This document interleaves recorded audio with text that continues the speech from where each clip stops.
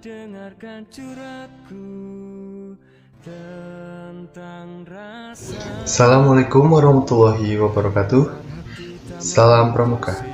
Perkenalkan, nama saya Gigi Wijanto, NIM 3301421020 dari kelompok 3 Putra Sangga Gunung Pati. Kali ini saya akan menjelaskan sedikit materi tentang kompas, perpetaan, dan juga tanda jejak. Apa itu kompas, apa itu peta, dan apa itu tanda jejak? Untuk mengetahuinya, mari kita simak video penjelasan berikut ini. Materi yang pertama yaitu kompas. Apa yang dimaksud dengan kompas? Kompas merupakan alat navigasi yang memanfaatkan medan magnetis bumi dalam penentuan sebuah arah. Berikut ini contoh gambar dari kompas.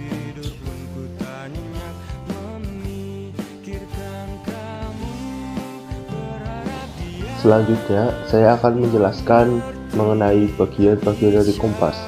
Kompas memiliki bagian sebagai berikut. Yang pertama adalah tutup dial. Tutup dial merupakan dua garis bersudut 45 derajat yang dapat diputar. Selanjutnya visir.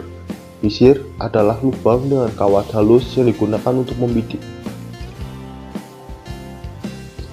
Berikutnya ada dial. Dial adalah permukaan tempat angka dan huruf. Pada dial terdapat satuan derajat mulai dari 0 derajat sampai dengan 360 derajat dan huruf N utara, E timur, W barat, dan S selatan. Selanjutnya adalah jarum penunjuk. Jarum penunjuk digunakan untuk menunjukkan arah utara magnet. Berikutnya adalah kaca pembesar. Kaca pembesar digunakan untuk melihat derajat kompas. Yang terakhir adalah alat penggantung. Alat penggantung adalah tempat ibu jari untuk menopang kompas saat membidik. Berikutnya saya akan mencoba untuk membidik 3 buah benda, yaitu buku, spidol, dan juga kacamata. Dalam membidik, kompas harus diletakkan pada area permukaan yang rata agar bidikan dapat menghasilkan sudut yang akurat.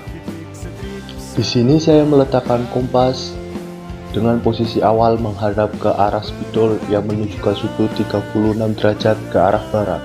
Selanjutnya saya mencoba memutar kompas menghadap ke arah kacamata dan menghasilkan sudut 57 derajat ke arah barat laut. Objek bidikan terakhir yaitu buku. Di sini buku menunjukkan arah tenggara dengan sudut 57 derajat. Untuk materi yang kedua, saya akan menjelaskan materi mengenai perpetaan. Peta adalah gambar permukaan bumi yang rinci dan ukurannya telah diperkecil pada suatu bidang datar sebagaimana penampakan dari atas. Peta terbagi dari beberapa jenis, namun yang sering digunakan dalam kegiatan pramuka adalah sebagai berikut. Pertama, peta lapangan. Peta lapangan adalah peta yang menggambarkan luas dan bentuk lapangan suatu tempat, area perkemahan, lokasi, dan sebagainya. Tujuannya untuk menggambarkan keadaan atau kondisi suatu lapangan dan daerah di sekitarnya dalam skala yang lebih kecil. Ini adalah contoh bentuk dari peta lapangan. Yang kedua yaitu peta pita. Peta pita adalah laporan perjalanan suatu pengembaraan yang dibuat pada waktu mulai berangkat hingga ke tempat tujuan.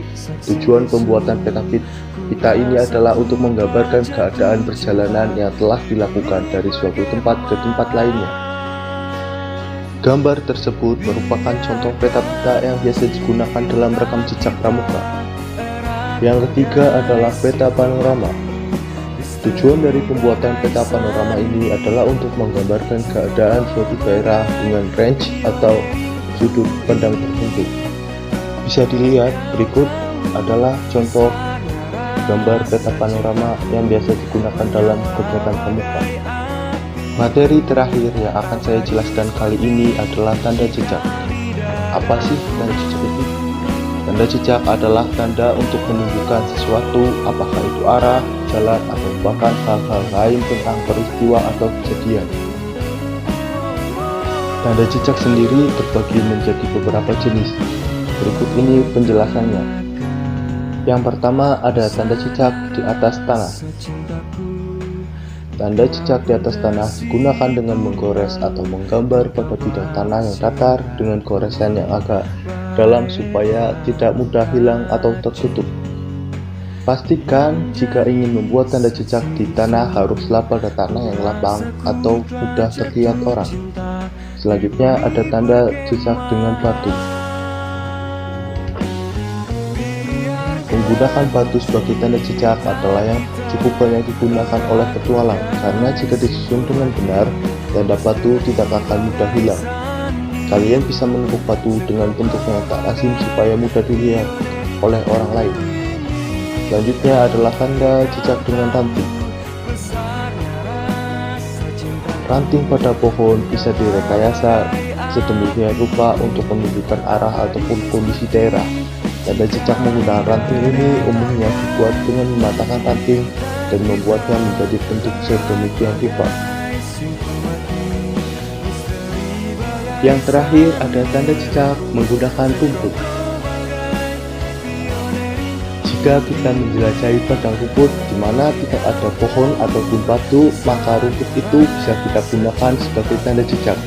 Caranya adalah dengan mengikat beberapa rumput menjadi satu bagian dan kita buat menurut fungsi penandaan. Sekian dari saya, kurang lebihnya mohon maaf. Wassalamualaikum warahmatullahi wabarakatuh.